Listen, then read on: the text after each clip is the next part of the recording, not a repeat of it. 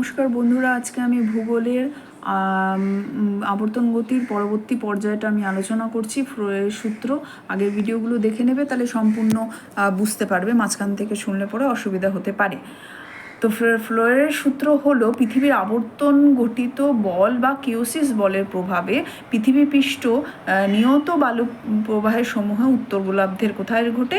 ডান দিকে, মানে ঘড়ির কাঁটার দিকে ঘরে, আর হচ্ছে দক্ষিণ গোলার্ধের বাম দিকে, ঘড়ির কাঁটার বিপরীত দিকে প্রবাহিত হয়। বিজ্ঞানী ফ্লোয়ের সর্বপ্রথম এই সূত্রটি আবিষ্কার করেন বলে একে ফ্লোয়ের সূত্র নামে পরিচিত।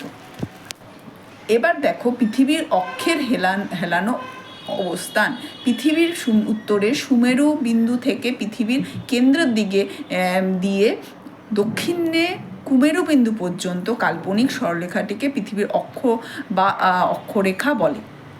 মানে সুমেরু বিন্দু থেকে দক্ষিণের কুমেরু বিন্দু, মানে এই যে গোলকটা যদি আমি দেখি, তাহলে এখান থেকে শুরু করে যে এই মাথা পর্যন্ত যে রেখাগুলো টানা হয়, এই দেখো লম্বা লম্বা রেখাগুলো, এই লম্বালম্বি উপর থেকে নিচ পর্যন্ত যে কার্ভ সি, আধা সির মতন যে থাকে, সেগুলো হচ্ছে কি, এগুলোকে কি বলা হয়?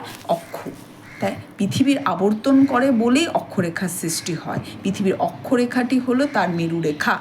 পৃথিবীর অক্ষ বা মেরুরেখা পৃথিবীর কক্ষতলের সাথে লম্ব নয়, এবং লম্ব থেকে এটি 23.5 ডিগ্রি কোণে ঝুঁকে থাকে, এবং পৃথিবীর কক্ষতলের সাথে 66.5 ডিগ্রি কোণে হেলিত অবস্থায় অবস্থান করে। ফলস্বরূপ পৃথিবীর নিরক্ষীয় তলটি 23.5 ডিগ্রি কোণে এবং পৃথিবীর কক্ষতলের সাপেক্ষে কিন্তু হেলে আছে। অর্থাৎ পৃথিবীর অক্ষ বা মেরুরেখা সর্বদা পৃথিবীর কক্ষতলের সাপেক্ষে একই দিকে 66.5 ডিগ্রি কোণে হেলে থাকে। এখানে তুমি পৃথিবীটাকে দেখলে তুমি বুঝতে পারবে। দেখো এখানে যে গ্লোবটা দেখা যাচ্ছে, এই জায়গাটার মধ্যে, এটা কিন্তু সোজা না। এই পৃথিবীটাকে যদি আমি এইভাবে রাখি, তাহলে এইটা হলো তার সোজা, কিন্তু ও যখন অবস্থান করছে, দেখো বলটা কিন্তু একটু হেলানো। এই যে এখানে দেখো, এগুলো দেখা যাচ্ছে নাকি আমি জানি না, এখানে পয়েন্টগুলো আছে, এই যে 90 ডিগ্রি, এটা 90 ডিগ্রি মানে হচ্ছে এই দিকে সোজা, কিন্তু এটা কিন্তু সোজা অবস্থান নেই। এটা কত ডিগ্রি হেলে থাকে? এটা হচ্ছে 66 ডিগ্রি কোণে কিন্তু হেলে থাকে। এই ডিগ্রিটা হচ্ছে 66 ডিগ্রি, এটা কিন্তু সোজা অবস্থান করে না, এই রকম কিন্তু না। এটা যদি এরকম, এই যে সোজা মানে এইটা, ঠিক আছে? যদি আমি লম্বভাবে দেখি, তাহলে এটা যে সোজা, কিন্তু তখন দেখো এই যে গ্লোবটা কিন্তু উপর দিকে উঠে গেছে, এই তো নামলো, মানে এটা হেলে আছে। তো এইবার দেখো পৃথিবী হেলানোর অবস্থানের গুরুত্ব। কেন হেলানো থাকবে? পৃথিবীর অক্ষরেখা মেরুরেখা তার কক্ষতলের সাথে 66.5 ডিগ্রি কোণে হেলে থাকার ফলে কি হয়? সূর্যের আপাত বার্ষিক গতি সম্পন্ন হয়। পৃথিবীর মেরুরেখা তার কক্ষতলের সাথে 66.5 ডিগ্রি কোণে হেলেছে বলেই কিন্তু সূর্যের বছর অর্ধেক সময় ধরে সরাসরি উত্তর অক্ষাংশে এবং অর্ধেক সময় দক্ষিণ অক্ষাংশে সরে যেতে যেতে উদিত হয়, অস্ত যায়। এই যে দেখো, এই যে আমি একটু আগেই দেখালাম, এই পৃথিবীর এই গোলকটাকে দেখো, আর এই ছবিটাকে দেখো, এই দেখো, এটা হচ্ছে 23.5 ডিগ্রি, আর এই অংশটা হচ্ছে 30 ডিগ্রি, আর এই অংশটা হচ্ছে 66 ডিগ্রি, আরে এটা হচ্ছে 66 ডিগ্রি, তাই না? তো এই 66 ডিগ্রি যে এই যে উলম্বটা দেখা যাচ্ছে, এই লম্বালম্বি দাগটা, এই দাগটা অনুসারেই কিন্তু কি হচ্ছে? পৃথিবীর অবস্থান। আর এর ফলে কি হয়? সূর্যের যে আপাত বার্ষিক গতি সেটা সম্পন্ন হয়, মানে সূর্যের অর্ধেক বছর সময় ধরে কি হয়?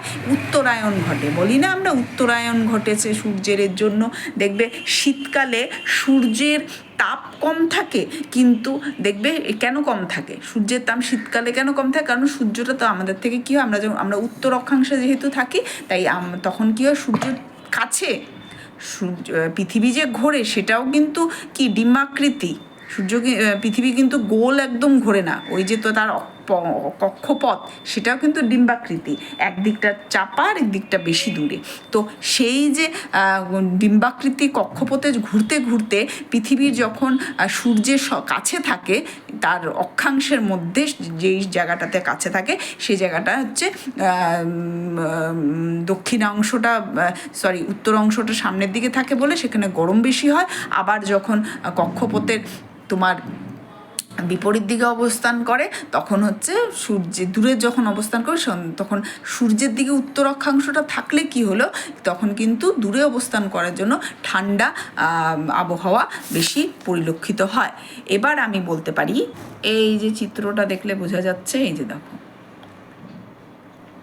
এই যে দেখো পুরো যে অক্ষাংশটা, এই যে গোলটা দেখা যাচ্ছে, দেখো পৃথিবী যখন ঘোরে তখন কিন্তু তার কক্ষপথটা দেখেছো পুরোপুরি গোল না, একটু ডিমের মতন। এবার পৃথিবী যখন ঘুরছে তখন এই যে 66.5 ডিগ্রি কোণে ঘুরছে, এবার ঘুরতে ঘুরতে যখন 66.5 ডিগ্রিটা যখন এগিয়ে যাচ্ছে তখন দেখো উত্তর গোলার্ধ দক্ষিণ গোলার্ধটা কীভাবে চেঞ্জ হয়ে যাচ্ছে, কারণ ও তো ঘুরছে, ওর মনে ও ঘুরে যাচ্ছে, আবার ওর সূর্যের চারিদিকে ঘোরার জন্যও ঘুরছে। তো সে তখন কী হবে, এই যে দেখো যখন আমরা জুলাই মাসে থাকি, জুলাই মাসে আমাদের এখানে দূরে অবস্থান করছে কিন্তু উত্তর গোলার্ধটা দেখো, এই যে এটা দক্ষিণ গোলার্ধ, এটা উত্তর গোলার্ধ, ভালো করে দেখে নাও, এটা হচ্ছে উত্তর আর এটা দক্ষিণ, তাই তো। এবার এখানে দক্ষিণ গোলার্ধটা দূরের দিকে কিন্তু সূর্যের থেকেও দূরে, কিন্তু এইখানে কি হচ্ছে সূর্যের দিকে মুখ করে আছে উত্তর গোলার্ধটা, তার জন্য এখানে দেখো কিলোমিটারটা কত, 152 মাইল কিলোমিটার, কিন্তু এতটা দূরে। তবু সত্ত্বেও এই জুলাই মাসে, জুন জুলাই এপ্রিল মেতে কি হয়, গরম বেশি থাকে, হ্যাঁ, বৃষ্টি বেশি থাকে বা গরম বেশি থাকে। এই সময়টা সেপ্টেম্বর, এই জুন, এই মার্চের দিকটার মধ্যে কি থাকে, থাকে না।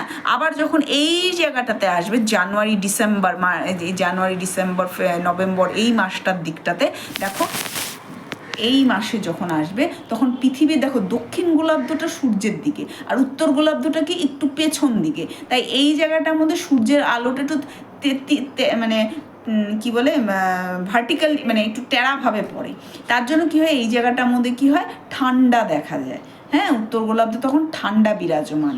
আর এই যে Northern winter and southern summer, তো এই সময়টাতে সূর্য থেকে সূর্য আর পৃথিবীর দূরত্বটা কম, কতটা কম, 147 হলে পরেও কি হলো, এখানে কিন্তু দক্ষিণ গোলার্ধটা সূর্যের দিকে, তাই এখানে দক্ষিণ গোলার্ধে এখানে গরম থাকবে, আর উত্তর গোলার্ধটা যেহেতু একটু হেলে গিয়ে সূর্যের থেকে দূরে অবস্থান করছে, তাই এই জায়গাটার মধ্যে কী হবে উইন্টার। তাই আমরা দেখতে পারি নভেম্বর ডিসেম্বর জানুয়ারি এই মাসটা কয়েকটাতে যখন কিন্তু আমরা কি হয় ঠান্ডা আমাদের উত্তর গোলার্ধে আমরা পেয়ে থাকি, যেহেতু আমরা দক্ষিণ গোলার্ধে তখন থাকি না, তার জন্য আমরা সেই সময় বুঝতে পারি না বা দেখিনি কোনোদিনও, এই কিন্তু হয়। আবার দেখো জুন জুলাই এপ্রিল মে জুনে এই জায়গাটা, এই যে মার্চ মাসের থেকে যখন আমরা এদিকটাতে চলে আসি তখন কি হয় আমাদের গরম বেড়ে যায়, কিন্তু এদিকে কিন্তু সূর্যের থেকে কতটা দূরে অবস্থিত, তবু সত্ত্বেও কেন তখন সূর্যের দিকে উত্তর গোলার্ধটা চলে আসে। কেন হয়, এই যে 66.5 কোণে যে হেলে থাকে, এই হেলানো অবস্থানটার জন্য কিন্তু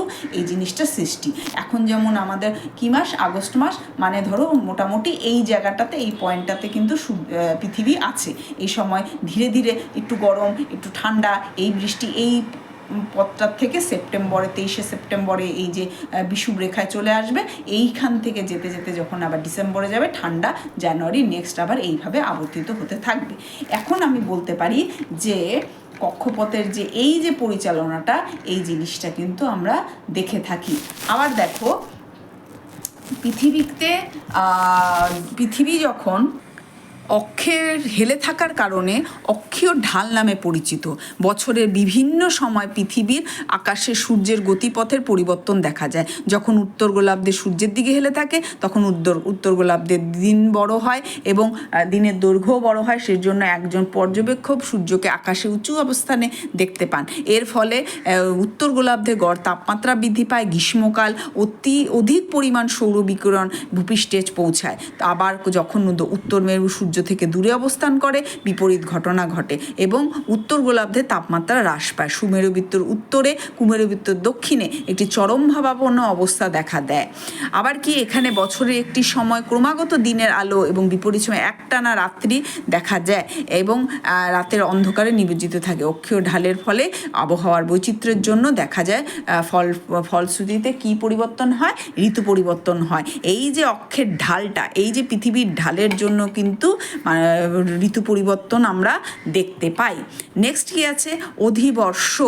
এই অধিবর্ষ বা লিপ ইয়ার একটি বিশেষ বছর, যে বছরে সাধারণত অন্যান্য বছরের তুলনায় একটি দিন জ্যোতির্বিজ্ঞানী বছরের সাথে সামঞ্জস্য রাখার জন্য বেশি থাকে, তাকে বলে অধিবর্ষ বলে।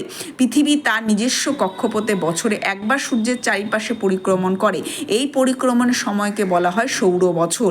একবার পরিক্রমণের সময় প্রায় 365 দিন 5 ঘন্টা 48 মিনিট 47 সেকেন্ড, প্রায় 6 ঘন্টার সমান। অথচ বর্ষপঞ্জিতে কি থাকে? 365 দিন 1 বছর হিসাব করা হয়। এভাবে 6 ঘন্টা সময় হিসাবের বাইরে থেকে যায়। এই ঘাটতি পুষিয়ে নেওয়ার জন্য প্রতি বছর 4 বছর অন্তর অন্তর বর্ষপঞ্জিতে একদিন করে যোগ করা হয়। একে তো সেই বছর তাকে কি বলা হয়? 366 দিনে 1 বছর হিসাব ধরা হয়। আর এই 366 দিনের এই 1 বছরটিকে কি বলা হয়? অধিবর্ষ বা লিপ ইয়ার। অধিবর্ষের বাড়তি দিনটি ফেব্রুয়ারি মাসের সাথে যোগ করে হিসাব করা হয়। ফেব্রুয়ারি মাসে সবসময় 28টা দিন থাকে প্রতি বছর, কিন্তু লিপ ইয়ার যখন থাকে তখন হচ্ছে কি হয়? ফেব্রুয়ারি মাসে 29 দিন কিন্তু হয়। এই কোশ্চেনটা কিন্তু বহুবার রিপিট হয়, ছোটোবেলার থেকে রিপিট হতেই থাকে। এই জিনিসটা খুব মনে রাখার বিষয়। নেক্সট কি আছে? কক্ষপথের ঘটনা। কক্ষপথের ঘটনাটা কি?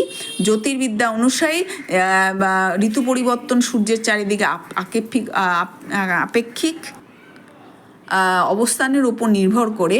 এর মধ্যে দুটি অয়ানান্ত বিন্দু, মানে পৃথিবীর কক্ষপথে যে দুটি বিন্দুতে পৃথিবীর মেরুদয় সূর্যের দিকে বা সূর্য থেকে দূরে সর্বোচ্চ পরিমাণে থাকে, তাকে বলা হয় এই দুটি বিষুববিন্দু কক্ষপথে যে কোনো দুটি অবস্থানে পৃথিবী উভয় মেরু সূর্য থেকে সমান দূরত্বে অবস্থান করে। একে অয়নান্য বিন্দু বলে। বিষুববিন্দু আর অয়ন বিন্দু এই হচ্ছে বছরের প্রায় সমান অংশে বিভক্ত করে উত্তর গোলার্ধে দক্ষিণায়ন্ত এবং 21শে ডিসেম্বরে তারা কাছাকাছি সময় উত্তরায়ন্ত ঘটে এবং 21শে জুনের কাছাকাছি বসন্ত বিষুব হয় এবং 20শে মার্চের দিকে শারদ বিষুব এবং 23শে সেপ্টেম্বরের কাছাকাছি সময় হয়। যেমন শারদ বিষুব কেন বলি? তখন তো দুর্গাপুজোর সময় চলে আসে, তাই এটার নাম দিয়েছে। বাহ, আচ্ছা, যাই হোক, তো এই আয়ন্ত বিষুব আর বিষুব বিন্দুতে দক্ষিণ গোলার্ধে উত্তর গোলার্ধে বিপরীত হবে। ঠিক এইভাবেই কিন্তু পৃথিবীর অনুসুর ঘটে 3রা জানুয়ারি কাছাকাছি, অপসুর 4ঠা জুলাই নাগাদ, যখন অনন্য যুগের জন্য এগুলো কিন্তু ঘটে থাকে। আবার পৃথিবী এবং সূর্যের দূরত্বের পরে অপসুরের তুলনায় অনুসুর বিন্দুতে প্রায় 6.9 অধিক সৌরশক্তি পৃথিবীতে পৌঁছায়। এইবার এই যে ঘটনা আমি দেখালাম, যে ইয়েটা কি বলে, ডায়াগ্রামটা, সেটার উপরেই এগুলো সব ডিপেন্ড করে। আচ্ছা, তারপর কি আছে এখানে?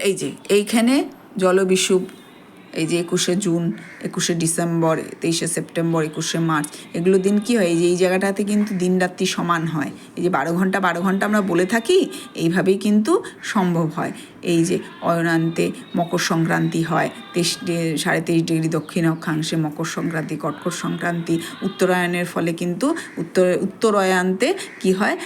তোমার কর্কট সংক্রান্তি। আর দক্ষিণায়নতে হলে পরে, মানে দক্ষিণ দিকে দক্ষিণ যখন বেঁকে যায়, তখন ওটাকে বলে 37 ডিগ্রি যখন হয়, তখন ওটাকে মকর সংক্রান্তি কিন্তু বলা হয়। যে আমরা পালন করি না বিভিন্ন রকম মকর সংক্রান্তি তারপরে এগুলো কিন্তু হয়ে থাকে। তারপরে দেখো, এই যে সৌরমণ্ডলের যে স্থায়িত্ব সম্পর্কে বিভিন্ন রকমের ধারাবাহিক প্রমাণ, যে কেন পৃথিবী কি আদৌ গোল নাকি, কিংবা এর আবর্তন গতি কতটা, পৃথিবীর কক্ষপথে আগামী দীর্ঘ সময়ের তুলনামূলক বিভিন্নভাবে স্থির থাকবে নাকি না এইভাবেই চলবে নাকি, এসব জিনিসের উপরে যে ভবিষ্যতে পরিণতি সম্পর্কে গবেষণা, এসব কিন্তু করেই, মানে কন্টিনিউয়াস এটা চলতেই থাকে। হ্যাঁ, 1979 সালে জ্যাক লাস্কার একটি গবেষণা নির্দেশ করেন যে পৃথিবীর কক্ষপথের পাশাপাশি সমস্ত আভ্যন্তরীণ গ্রহগুলি কক্ষপথেও কিন্তু বিশৃঙ্খলা দেখা দিতে পারে এবং পৃথিবীর বর্তমান প্রাথমিক অবস্থার পরিমাণে মাত্র 15 মিটার ত্রুটি থাকলেও কিন্তু আগামী 100 মিলিয়ন বছরে পৃথিবীর কক্ষপথের অবস্থান কিন্তু নির্ণয় করা অসম্ভব হয়ে পড়বে। সৌরজগতে মডেলিংয়ে বডি সমস্যার একটি আলোচ্য বিষয়।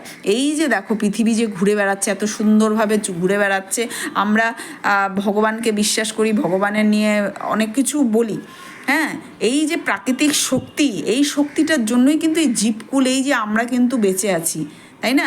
এই শক্তিটা যে কত বড় ইউনিভার্সাল একটা পাওয়ার, এই জিনিসটা কিন্তু না থাকলে কিন্তু সম্ভব না। আমাদের প্রাণীকুল, জীবকুল, একমাত্র এই পৃথিবীতেই সমস্ত জীবকুলের অস্তিত্ব, এবং এই জীবকুলের সমস্ত কিছু সূর্যের জন্যই জীবন, এবং অন্ধকারে না থাকলেও হবে না, আলো না থাকলেও হবে না। এই সমস্ত কিছু পরিচালিত হচ্ছে, প্রত্যেকটা জিনিসের সাথে কিন্তু কানেক্টেড, এবং একটার যদি একটু এদিক থেকে ওদিক হয়, জীবনে কিন্তু পরিবর্তন, পৃথিবীর যে একটা জীবকুলের পরিবর্তন কিন্তু হয়ে যাবে। তাই আমরা যে শক্তিকে, বিশাল ইউনিভার্সাল পাওয়ারকে যে সবসময় ধন্যবাদ দেওয়া উচিত, যে আমাদের জীবনকে এত সুন্দর করে, এত বৈচিত্র্যময় করে তুলে ধরে রেখেছে। আজকের মতন এই অধ্যায় শেষ করলাম। নেক্সট দিন আমি শর্ট কোশ্চেন অনেকগুলো নিয়ে আসবো। তোমরা এই ডিটেলসগুলো ভালো করে একটু শুনলে পরে মানুষের কিন্তু অনেকটা জ্ঞান হয়। আচ্ছা, আজকের মতো এতটুকুই, রাখছি।